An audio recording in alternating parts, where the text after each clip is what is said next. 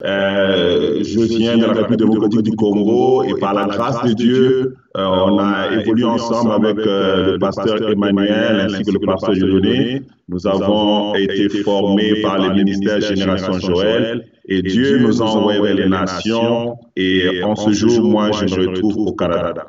Le thème d'aujourd'hui nous aide à pouvoir partager quelques expériences ensemble. Donc, moi, je suis ingénieur de formation. Je travaille comme ingénieur. Je ne suis pas pasteur à temps plein.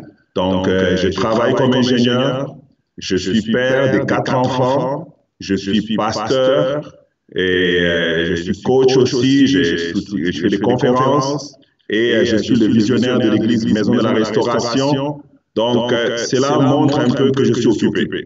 Alors, comment faire dans tout ça? C'est ce que nous allons partager aujourd'hui sur ce plateau. Comment est-ce que je m'en sors par rapport à tout ce que j'ai à faire et le ministère et la famille et les amis et les repos et tout le reste. Alors, par la grâce de Dieu, nous allons partager ce que Dieu nous a permis de pouvoir comprendre et de pouvoir faire toutes ces années.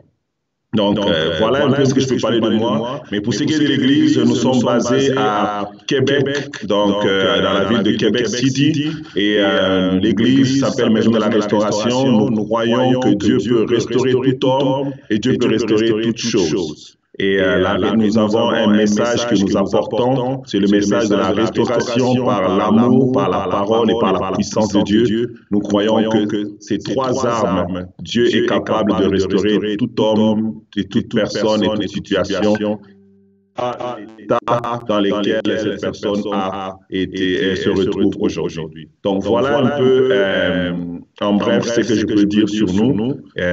Si vous avez des questions, n'hésitez pas à nous poser et nous contacter.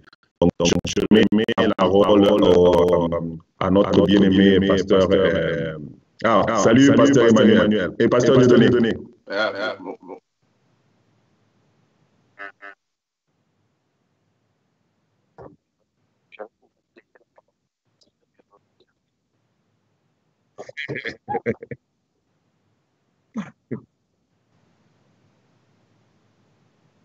D'accord.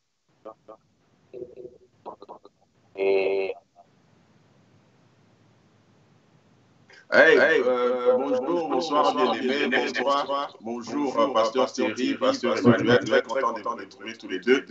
Oui. Pour des problèmes, pour une question de difficultés techniques, nous n'avons pas pu rentrer au début de l'émission. Bienvenue encore une fois au pasteur Thierry. De toute façon, je suivis l'émission. Mais je voudrais d'abord vérifier parce que quand pasteur Emmanuel parlait, il n'y avait pas de son. Mais quand pasteur Thierry parlait, il y avait le son. Donc, je voudrais que nos amis qui nous suivent puissent nous dire s'ils arrivent à nous suivre. Donc, vous pouvez mettre votre like, comme ça, pour nous dire que vous êtes en train de nous suivre. Et si vous n'arrivez pas à nous suivre, vous faites ça ou bien vous écrivez pas de son. Ça va nous aider beaucoup, vraiment. Très ravi de revoir le pasteur Thierry. Merci beaucoup. Ça fait longtemps. Avec la technologie, c'est comme si on est toujours ensemble tous les jours. Pour nos amis qui nous suivent de la maison, nous sommes super contents d'être là avec vous pour votre émission de tous les samedis, La Sagesse Pratique. Et c'est merveilleux d'avoir mes deux frères avec qui nous avons évolué dans le Seigneur. Nous avons été encadrés par le révérend Goemandakou et les ministères Génération Joël. Et ce soir, nous sommes là pour parler avec vous de la prière. Nous vous parlons ici à partir de Londres et bienvenue encore une fois. Pasteur Emmanuel, pasteur Thierry, qu'est-ce que nos frères disent au sujet du son? À vous.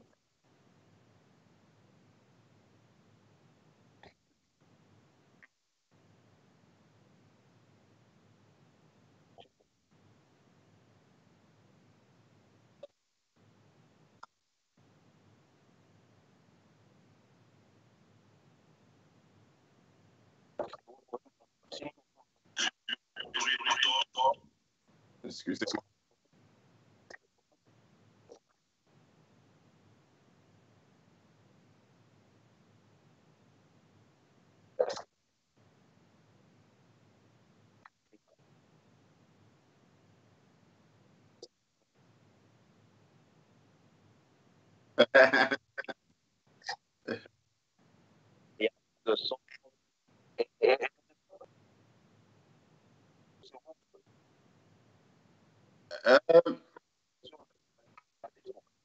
Sur le téléphone, c'est bon, mais le problème est que je ne peux pas me mettre sur le téléphone, ça va faire interférence avec le son de toutes les façons.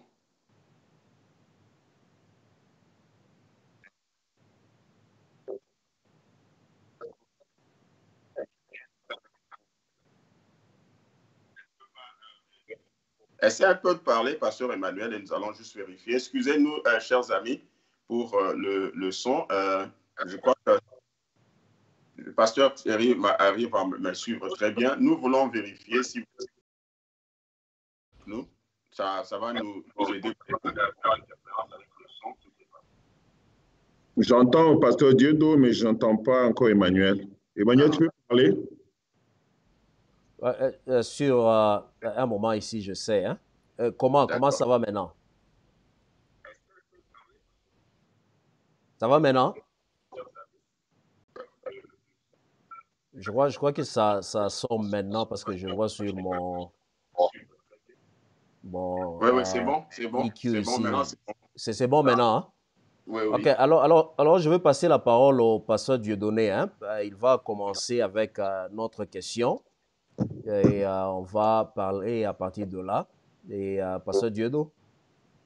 Oui, nous sommes encore contents d'être là, chers amis. Et, partagez la vidéo et invitez d'autres personnes. Je crois que c'est un moment comme celui-ci, c'est un moment très important où nous sommes en train de parler de nos expériences personnelles et pratiques, en fait, sur comment nous pouvons arriver à réussir dans tous les domaines de notre vie. Et un sujet qui est très important, surtout pour nous en tant que chrétiens, en tant que Dieu, c'est le domaine de la prière. Alors, nous voulons parler ce soir avec l'aide de notre bien-aimé pasteur Thierry sur comment on fait malgré les occupations, malgré cette vie avec plusieurs occupations. Pasteur Thierry l'a dit déjà, il est d'abord père de famille, il est mari, il est serviteur de Dieu, il est coach, il est conférencier, et il est ingénieur aussi, donc il travaille aussi en même temps. Donc, comment est-ce qu'avec toute cette vie-là, il n'a que 24 heures dans une journée, il n'a que 7 jours dans une semaine, 30 jours dans un mois, 365 jours dans une année, comment est-ce qu'il arrive, lui seul, à combiner et la prière et toutes ces activités qui sont autour de lui? Il n'est pas seulement père de famille, mari et pasteur, serviteur de Dieu, ingénieur, il est aussi ami, il est aussi oncle, il est aussi grand frère, il est aussi enfant aussi de ses parents. Donc, il y a beaucoup de choses autour. Et dans cette vie, dans toute cette vie de vitesse, dans ces occupations, comment est-ce qu'on arrive à s'en sortir? Donc, notre première question d'abord, c'est de demander au pasteur de Thierry de nous dire, d'après lui, d'après sa compréhension, qu'est-ce que la prière? Okay. Merci beaucoup pour la question. La prière, c'est une communication avec Dieu, c'est un dialogue. Le plus grand problème que nous avons eu, c'est qu'on pense que la prière, c'est juste se retrouver dans les quatre murs et se mettre à genoux et prier. Mais la prière, c'est une communication avec Dieu.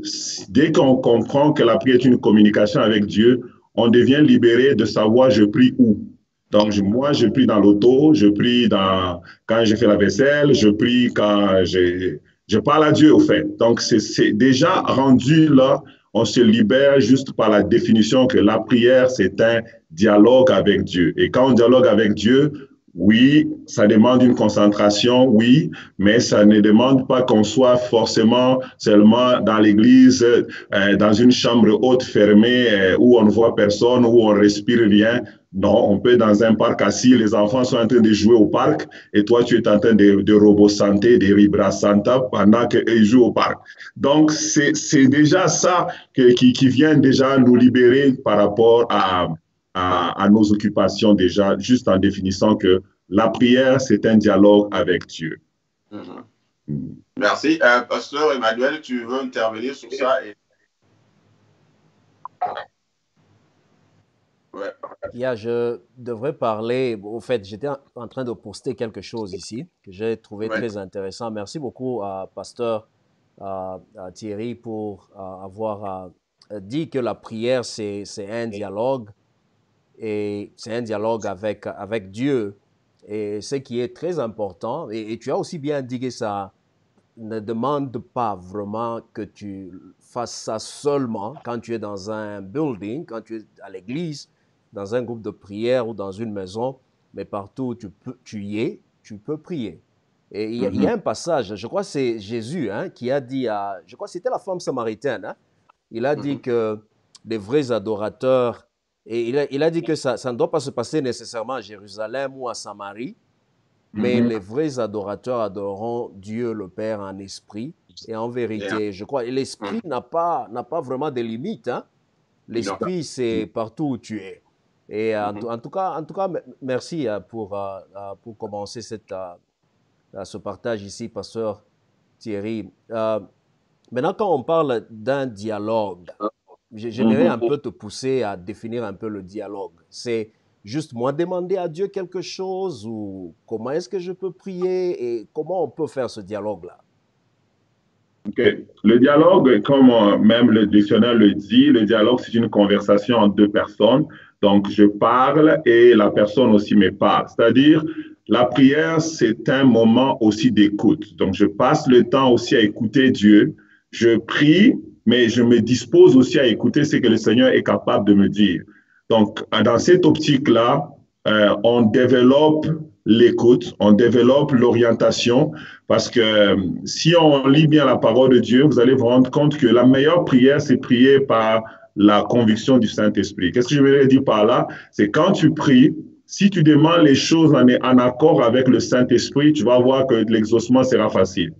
Mais si tu pries juste pour demander, en faisant une liste d'épicerie, c'est là qu'on peut se rendre compte qu'on demande des choses que ce n'est pas dans la volonté de Dieu. La Bible dit dans 1 Jean 5 que si nous savons que si nous demandons quelque chose selon sa volonté, il nous écoute. Alors, c'est-à-dire que on ne fait pas juste demander. Il y a une partie, c'est de savoir est-ce que ce que je demande est dans la volonté de Dieu. Et c'est pourquoi on parle que la prière, c'est un dialogue dans le sens que je prie en étant en même temps à l'écoute de l'esprit. Est-ce que l'esprit me souffle d'aller dans quelle direction, d'aller dans telle direction? C'est comme ça que, au lieu d'avoir une prière machinale, on se dit, je commence par X, Y, Z, mais on se laisse conduire par l'esprit. On peut sentir qu'on a besoin d'adorer pendant longtemps, on adore pendant longtemps. On peut sentir qu'on a besoin de demander, on demande, on peut sentir que là, on doit commencer par chasser les démons, on chasse les démons. C'est tout ça là, c'est cette intimité avec le Saint-Esprit qui nous guide. C'est comme un courant d'eau qu'on suit le courant de l'Esprit. Et quand l'Esprit nous mène à gauche, on va à gauche. Il nous mène à droite, on va à droite. Et c'est comme ça qu'on développe un dialogue assez productif et qui a des résultats, quoi. Et aussi, Ouais. et quand, pasteur, tu parles de prier par l'esprit, et l'esprit, c'est ça qui nous connecte à la pensée de Dieu, n'est-ce pas? Amen. Le Saint-Esprit nous connecte à la pensée de Dieu. Et j'aime le passage que Paul dit, je crois que c'est 1 Corinthiens 13, verset 1. Je veux vous montrer le chemin par excellence. Et la seule réalité, selon moi, qui connaît ce que Dieu pense, ce n'est pas ce que nous pensons, c'est le Saint-Esprit. Alors, je vais donner la parole à Pasteur Dieudonné. Je ne sais pas, Pasteur Dieudonné, quelque chose à ajouter? Oui, ouais, je crois que nous allons peut-être évoluer avec nos questions qui vont nous permettre de recevoir vraiment la bénédiction d'avoir le pasteur Thierry avec nous. La question qui vient souvent auprès de beaucoup d'enfants de Dieu, c'est oui, nous sommes occupés, nous avons beaucoup d'occupations et nous devons, en plus de ces occupations, insérer la prière. Parce qu'il y a des gens, par exemple, tu leur parles, tu leur dis, mon frère, nous ne t'avons pas vu à la réunion de prière, nous ne t'avons pas vu au culte. Il répond souvent, comme on dit en anglais, je suis busy, je suis occupé. Maintenant, quelle est la place de la prière dans la vie d'un enfant de Dieu? Quelle est l'importance que que la prière a dans la vie d'un enfant de Dieu, pasteur Thierry? La prière, c'est comme la respiration de l'âme. Donc, quand on ne respire pas, on ne peut plus vivre. On peut beau introduire de la nourriture, mais si on ne respire plus, la nourriture n'a plus sa place. Donc, moi, je dis aux enfants de Dieu, je dis, peu importe les occupations qu'on peut avoir, il y a des stratégies pour toujours prier. Et maintenant, je commence à exhorter même les pasteurs à trouver d'autres stratégies pour amener les gens à prier. Par exemple, je parlais avec un homme de Dieu dernièrement, je lui ai fait voir que j'ai mis ce qu'on appelle la prière en ligne à l'église. Il m'a dit, mais non, il faut prier, qu'on se rencontre, qu'on se soit ensemble. Je n'ai pas voulu discuter, mais le point, c'est que Dieu au ciel n'a pas besoin qu'on vienne seulement dans les quatre murs. Donc, c'est vrai qu'il faut qu'on ait ces temps-là, c'est vrai qu'on ait ça, on essaie de l'avoir, mais pour que les gens prient, et je sais que je comprends la réalité, ils doivent faire les devoirs des enfants, ils doivent faire ceci. À ce moment-là, moi, je dis, je leur donne 2 journées par semaine où ils prient au téléphone. On a créé une de prières en ligne pour l'Église. Ça permet à ce que les gens, après avoir mis leur bébé au lit, à 20 heures, ils sont dégagés, ils se connectent et tout le monde en prie. Ils passent 1 heure de prière intense à la présence de Dieu et ils sont contents. Et ceux-là qui travaillent l'après-midi, ils disent, pasteur, nous, on travaille le soir, on commence à 15 heures, on finit à minuit. Comment est-ce que tu nous pries cette prière? J'ai même fait un deuxième programme le samedi matin de 6 heures à 7 heures du matin. Ça permet aussi que ces gens-là, eux aussi, ont un temps pour prier. Les gens ont la volonté, mais ils cherchent à avoir une plateforme, à chercher à avoir une certaine façon pour les aider. Il y a certains, oui, qui sont vraiment capricieux et qui n'ont pas encore compris ou peut-être qu'ils ne sont pas assez matures. Ça, on doit travailler là-dedans. Mais il y a certains qui ont vraiment la volonté, mais dont le métier ne leur permet pas. Je donne un exemple, un infirmier. Nous tous, nous avons besoin des infirmiers et des médecins. Je pense que même si tu es pasteur, quand ton enfant est malade, tu as envie d'aller à l'hôpital, tu arrives là à 22 heures, tu ne vas pas dire que non, je ne veux pas trouver, si tu ne trouves pas un médecin, tu vas te fâcher. Comment est-ce qu'il y a un hôpital sans médecin? Mais ce médecin-là peut être un chrétien aussi. Oui. Il peut être un pasteur, ça peut être un frère. Bon, lui, quand est-ce qu'il va prier s'il doit toujours aller à l'église? Il faut créer un mécanisme pour que même si lui est au travail, le temps qu'il n'est pas au travail, il a un temps pour prier aussi. Donc, c'est comme ça que nous avons essayé d'aider tout le monde en créant ce genre de façons de faire pour que les gens aient un temps de prière. Donc, en créant le samedi matin et dimanche et le lundi soir, ça permet à ce qu'on atteigne les 2 types de programmes que les gens ont. Ceux qui travaillent le matin sont joyeux, ceux qui travaillent le soir sont joyeux aussi parce qu'ils ont au moins 1 journée par semaine où ils peuvent prier avec les frères. Donc, la prière est très importante. Oui, je sais que l'argent aussi est important, il faut vivre, mais si quelqu'un a vraiment le cœur à chercher Dieu, il va trouver des stratégies pour prier.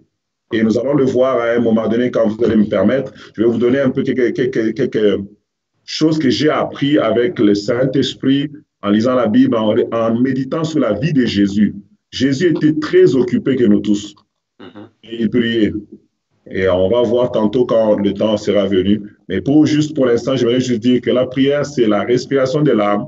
Et parce que tu veux respirer toujours, tu veux rester chrétien et respirer, au lieu d'être juste une personne qui vient à l'église, mais tu veux être un chrétien qui respire, tu as besoin de la prière plus que toute chose. C'est que, Pasteur Thierry, comme tu as dit que la prière, j'aime ça, c'est ça même la respiration, tu as dit la respiration de l'âme. Hein? Ouais. De l'âme, et j'aime ça. Et aussi, tu as mentionné quelque chose qui touche à la volonté. Et je crois que la vie de prière, selon ce que tu as dit, c'est un choix que chaque chrétien doit prendre tous les jours, n'est-ce pas? Tu dois choisir de prier. Tu dois choisir d'embrasser la vie de prière. Et aussi, tu as mentionné quelque chose que j'ai beaucoup aimé, et je vais voir si je peux remettre ça là-bas. Les gens ont besoin d'aide pour la prière. Et alors la question, et Dieu merci parce que tu as déjà quand même des programmes, par exemple prière sur téléphone, journée de prière et tout ça. Mais pour les gens qui n'ont pas cette communauté-là, ils veulent prier. Alors comment est-ce qu'on peut les aider?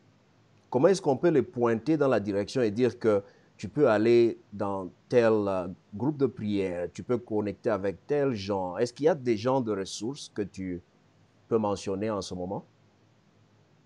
Bon, les gens des ressources, il y a tellement beaucoup de groupes de prière en ligne que je n'aimerais pas en citer parce que je ne peux pas connaître tous, je ne connais pas qui est derrière qui. Mais j'aimerais dire qu'il faut voir avec ton pasteur. Moi, je pense que c'est là que ça commence. Parce que ton pasteur, c'est celui qui te nourrit. Ton pasteur, c'est celui qui te connaît et que tu connais. Tu connais qu'il est dans le vrai. Mais si tu vas sur Internet ramasser Monsieur Tout le Monde, tu risques aussi de te retrouver dans quelque chose. Mais je préfère que tout commence par son église. Tu vas dans ton église, tu dis, pasteur, j'ai envie de prier, mais à cause de ça, je n'y arrive pas. Le pasteur, il est un homme de Dieu, il est un papa, il va créer quelque chose, peut-être pas la ligne de prière. Je connais un pasteur qui, lui, il a fait une prière qu'on appelle midi prière. Donc, qu'est-ce qu'il fait? Donc, à midi, les gens, quand ils prennent leur lunch, ils viennent à l'église. Donc, il a analysé ça, il a trouvé que c'est faisable, que les gens sont à mesure de venir à l'église à midi à chaque jour. Donc, ce qui fait que les gens viennent à midi, ceux-là qui sont à lunch viennent à midi, ceux-là qui vont travailler le soir à partir de 14h viennent à midi, et puis ensemble, ils prient et ça fait une vie de prière. Donc, comme pour dire que les groupes de prière en ligne existent, oui, mais il faut faire attention avec Internet. Je ne peux pas recommander une, mais je préfère que chacun aille avec son église. Ou s'il connaît un pasteur, mais vraiment, ça soit un pasteur que tu connais bien, à ce moment-là, tu peux aussi te connecter là-dessus avec la permission de ton pasteur. Parce que je sais que les groupes de prière en ligne, ça crée souvent des problèmes avec les pasteurs parce que des fois, il y a des gens qui ne viennent pas à l'église à l'heure parce qu'ils sont en train de prier avec un groupe en ligne des Shibugamo. Donc, ce qui fait que la personne arrive toujours à l'église en retard, le pasteur l'attendait, il travaille au protocole. Oh non, j'étais en prière en ligne. Non, non. Il ne faut pas interférer avec le problème. C'est pourquoi j'exhorte vraiment que vous puissiez vous référer à vos églises pour qu'on vous aide à améliorer. Maintenant, si l'église ne le peut pas, je vais vous donner quelques conseils tantôt quand on va y arriver, de comment vous pouvez aussi avoir une vie de prière personnelle. Parce que là, j'ai donné une solution communautaire. Mais il y a aussi des solutions personnelles que tu peux avoir pour pouvoir avoir une vie de prière en santé. Voilà. Nous allons commencer, chers amis qui nous suivez. Nous sommes très contents que vous soyez là. N'allez nulle part. Maintenant, là, nous allons passer aux choses pratiques.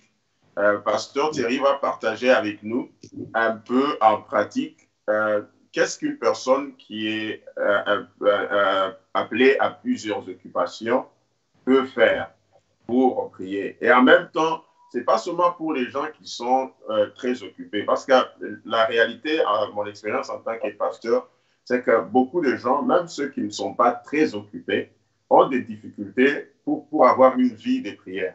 Et notre thème, c'est comment maintenir une vie de prière dans notre société pleine d'occupations.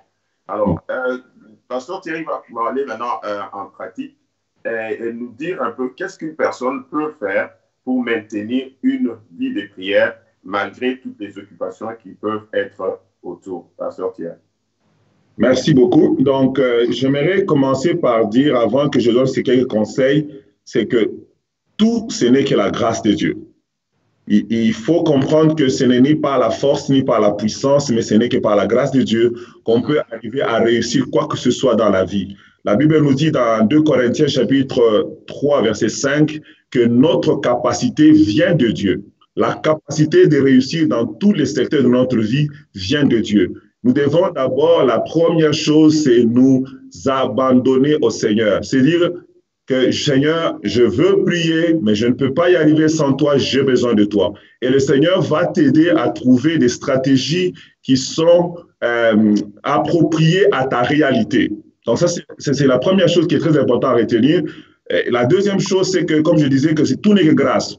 L'apôtre Paul dit dans 1 Corinthiens chapitre 15, verset 10, il dit « Je suis ce que je suis par la grâce de Dieu. » Donc, ce n'est ni parce que je suis très intelligent, ni parce que j'ai fait beaucoup d'études, oui, parce que j'ai étudié au pied de Gamaliel, mais non, c'est parce que j'ai reçu la grâce de Dieu. Donc, Si moi, j'ai pu faire ce que j'ai pu faire, si j'ai pu être ce que j'ai pu être, je vous dis la vérité, bien-aimé, c'est la grâce de Dieu. La grâce de Dieu. Maintenant, au-delà de tout ça, au-delà de la grâce, il y a quelques conseils pratiques que Dieu m'a parlé à un moment donné de ma vie. J'ai commencé à sombrer dans la vie de prière, je me posais des questions, j'ai commencé à pleurer sur ma vie chrétienne. J'ai dit, Seigneur, tu ne m'as pas envoyé quand même dans les nations pour aller mourir spirituellement. Qu'est-ce qui se passe?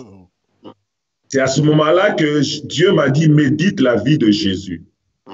Et j'ai commencé à lire la vie de Jésus sur terre, et c'est là que j'ai tiré ces quelques conseils que nous allons partager ensemble. 6 choses que Dieu m'a fait comprendre dans la vie de Jésus. Donc, la première chose que Dieu m'a fait comprendre dans la vie de Jésus, qui aidait sa vie de prière, c'était le repos. Vous allez me dire que, pasteur, c'est comme simple, mais c'est le repos. Jésus programmait son repos. Souvent, ce qui permet que les gens ne prient pas, c'est parce qu'ils sont fatigués. On embrasse dans la même journée tellement d'activités que le repos est juste comme un fait de hasard. Non, il faut programmer le repos. Dire que à telle heure, je vais dormir.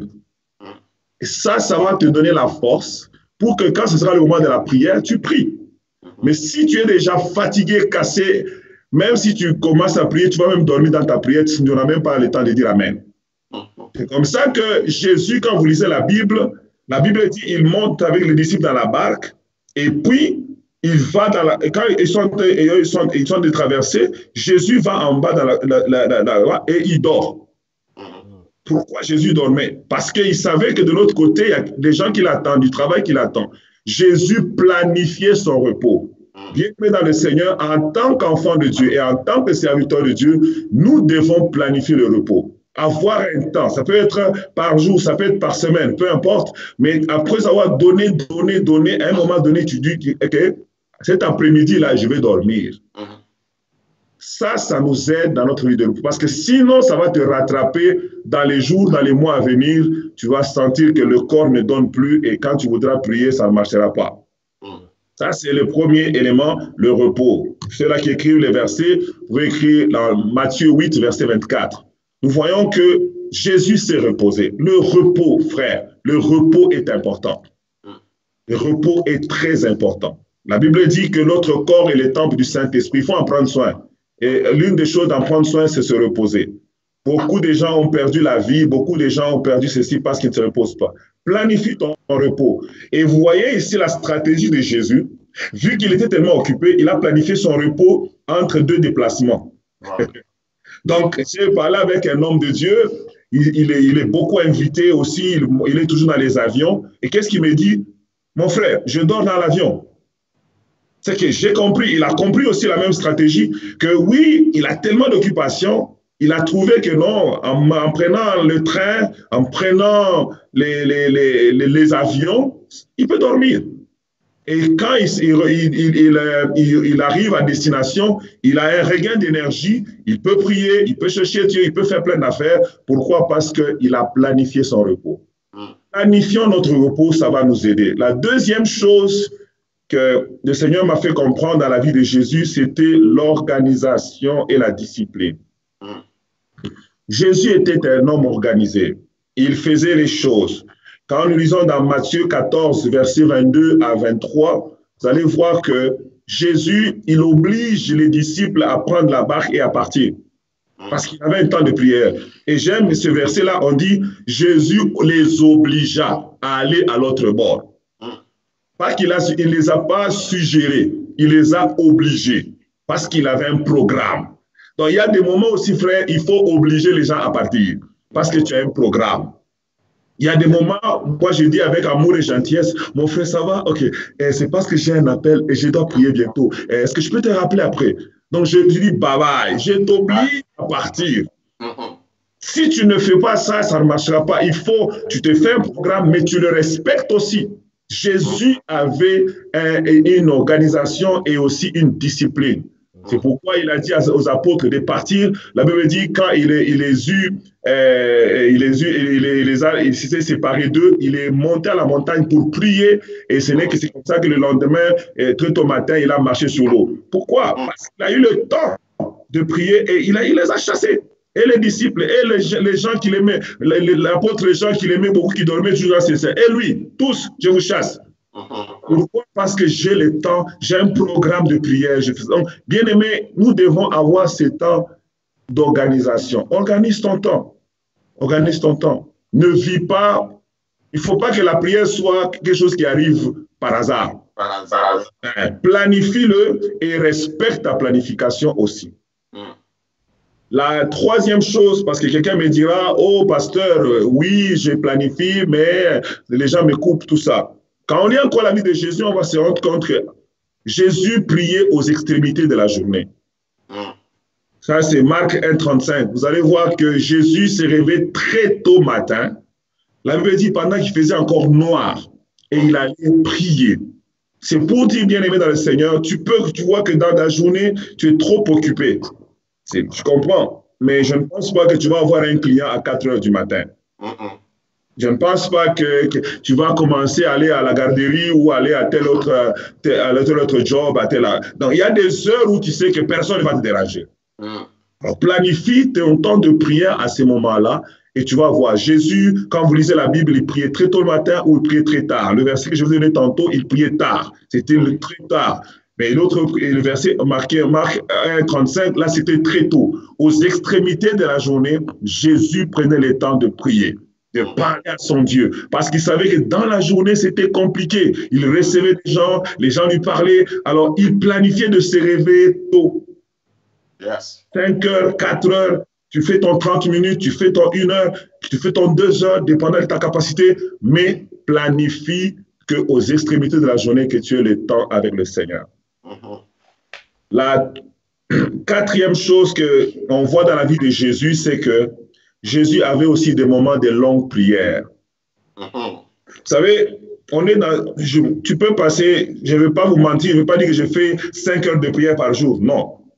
Mais il y a des moments, je fais aujourd'hui 30 minutes, aujourd'hui 1 heure, mais après un certain moment, je prends un long moment de prière. Très important.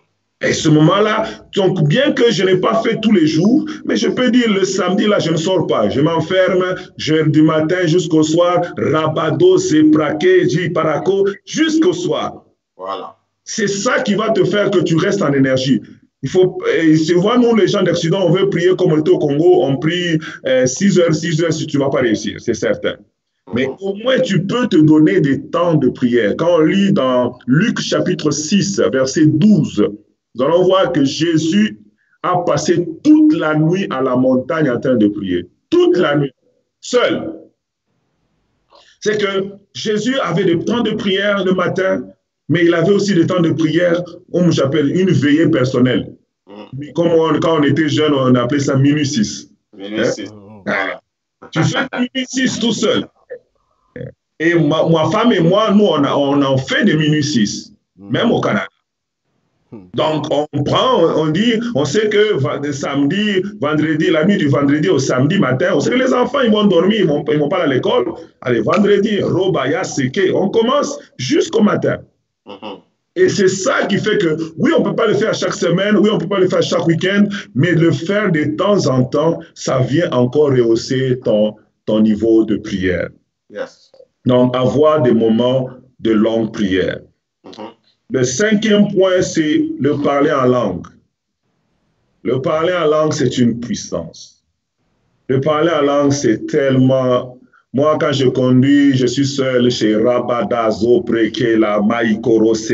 Je peux faire des heures et des heures en train. Surtout si je fais Montréal-Québec, c'est comme 270 km. Mes amis, j'ai 2h30 de prière. Et ça me permet de prier en langue. Et la prière en langue, et c'est que la Bible dit, celui qui prie en langue s'édifie lui-même. Tu sens qu'il y a un regain d'énergie. Il y a même des fois des révélations que tu reçois parce que tu es tellement dans cette dimension-là. Yes. C'est capital. C'est très capital de parler en langue. Et j'aime un verset que je vais juste nous lire ça rapidement. 1 Corinthiens 14, 39. Parce que souvent les gens, quand ils parlent en langue, oh non, la Bible dit que quand tu parles en langue, il faut qu'il y ait l'interprétation. Oui, c'est ce que la Bible dit. Mais la Bible dit que Paul lui-même dit, je parle la langue plus que tout le monde. Et le verset 39 me dit, ainsi donc, frères, aspirez au don de prophétie et n'empêchez pas de parler en langue.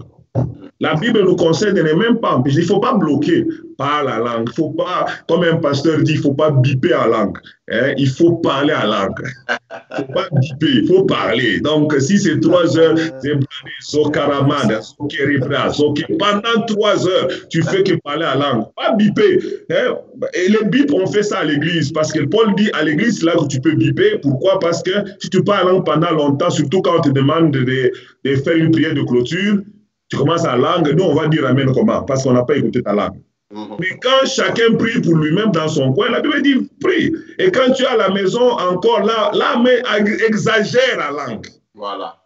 Si tu vas voir que ton homme intérieur est fortifié, ton homme intérieur est puissamment régénéré et tu avances et tu fais, et les exploits avec Dieu deviennent une évidence.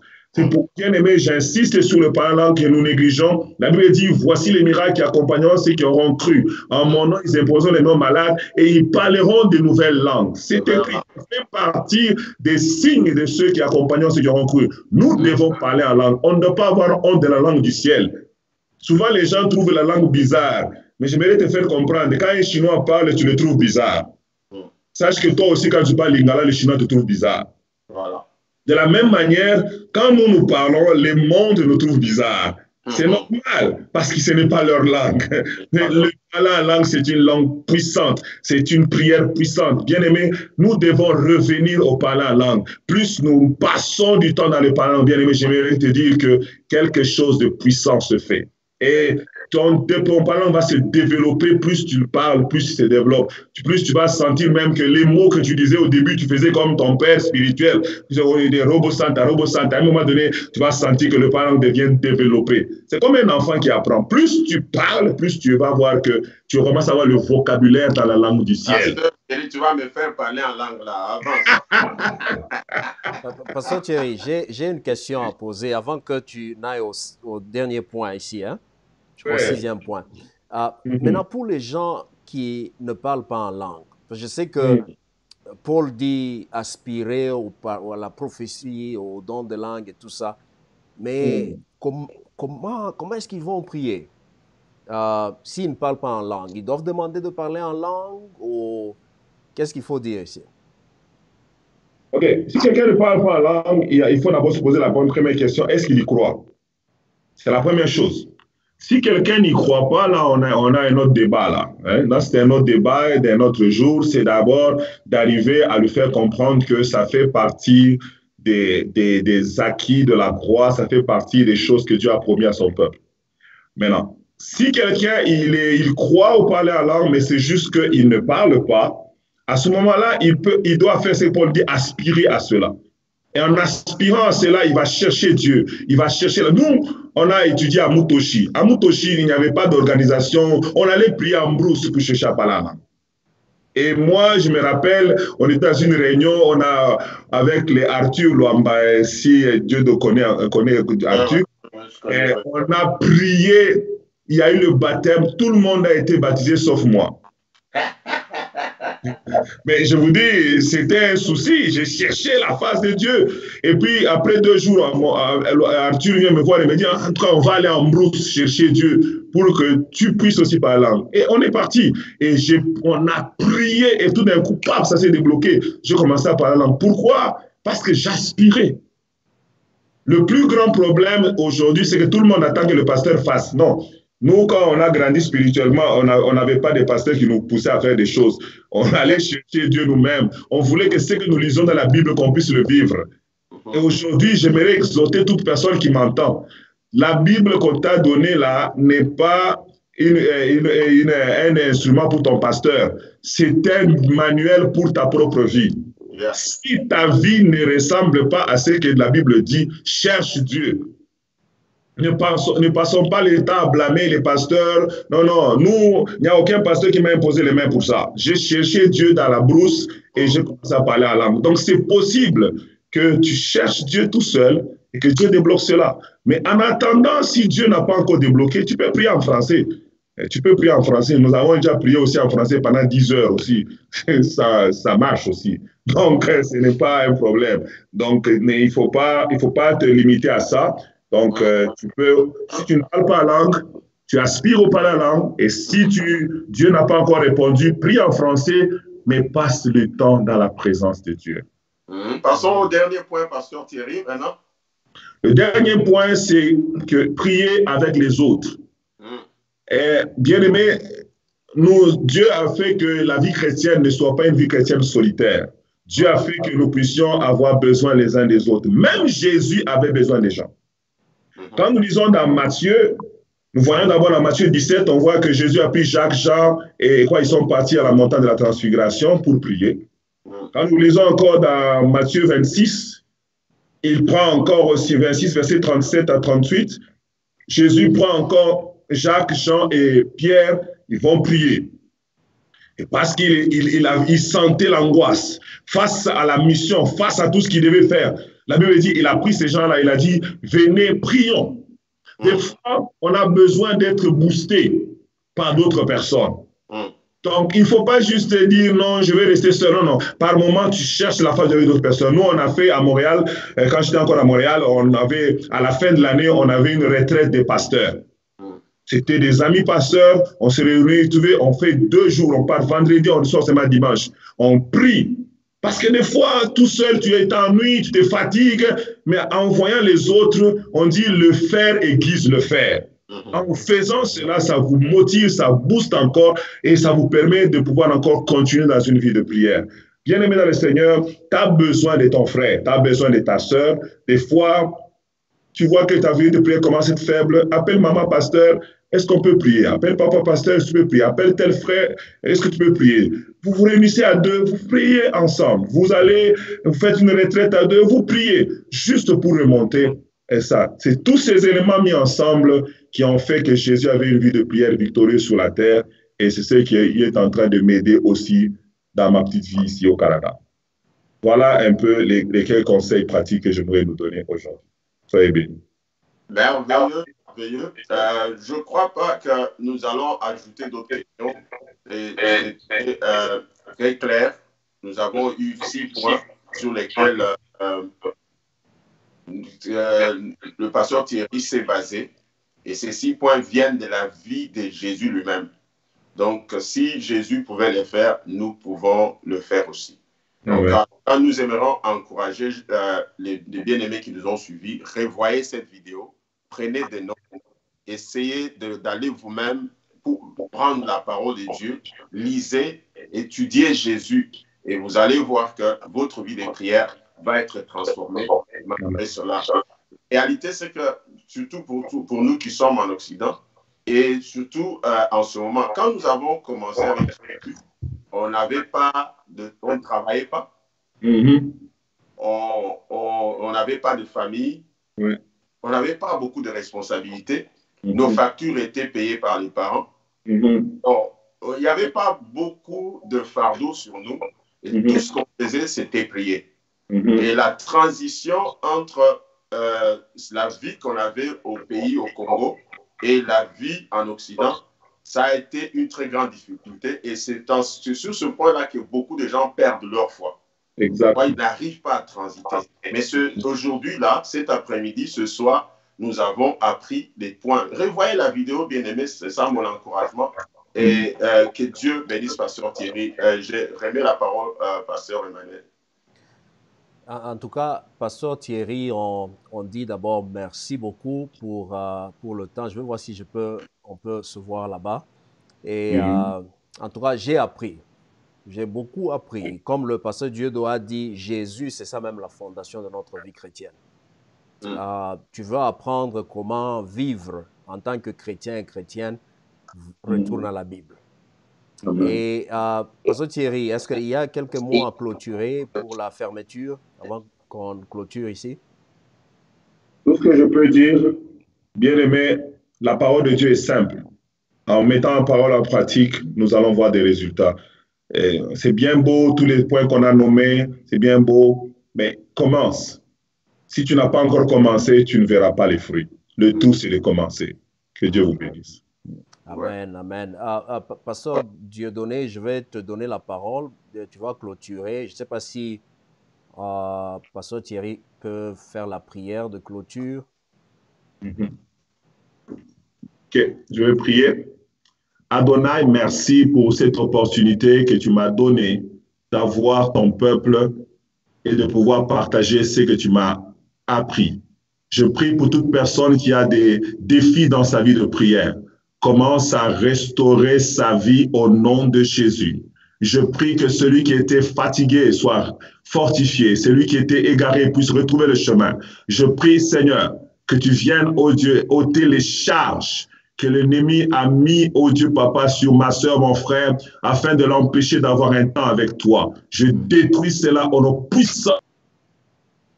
Donne à mon bien-aimé, à ma bien-aimée, de pouvoir avoir la capacité de chercher ta face. Je bénis ton peuple et je bénis les églises. Je bénis toutes les assemblées, Seigneur. Aide-nous à avoir des temps de prière pour amener également ton peuple dans ta présence. Nous te bénissons, nous t'honorons au nom de Jésus-Christ. Amen. Amen. En tout cas, Très Pasteur Thierry, il merveilleux. faut retourner, hein? OK. C'est à vous de m'inviter. Oui, Pasteur Thierry, merci beaucoup. Merci. Merci à tous nos bien-aimés qui nous ont suivis. Nous sommes vraiment très contents. Nous avons été enrichis ce soir. Nous avons appris. Moi, personnellement, j'ai beaucoup appris. Et je crois que nos bien-aimés qui nous ont suivis dans leur maison, leur voiture, partout où vous êtes, vous avez été enrichis. Donc, continuez à suivre votre émission, la sagesse pratique. Comme on vous a dit, notre mission, le but de notre émission, c'est d'aider les chrétiens, de vous équiper à réussir dans tous les domaines de.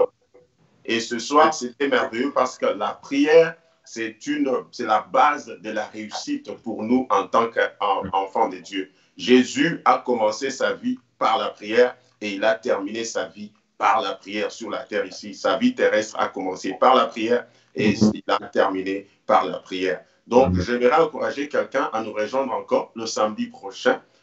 Moi-même, pasteur Dieudonné et le pasteur Emmanuel. Je crois que pasteur Thierry, nous allons le kidnapper aussi. Il va être régulièrement avec nous, si le temps le lui permet. Je sais qu'il est très occupé, mais nous allons le ramener encore une fois. Alors, dans l'entretemps, partagez la vidéo et restez connectés avec nous tous les samedis, 13h heure de Chicago et 12h à Montréal. Chez nous ici à Londres, c'est à 19h et il est 20h à Lombashi où vous allez être avec nous. Rejoignez-nous le samedi prochain. Que le Seigneur vous bénisse. Bye bye. Bye bye.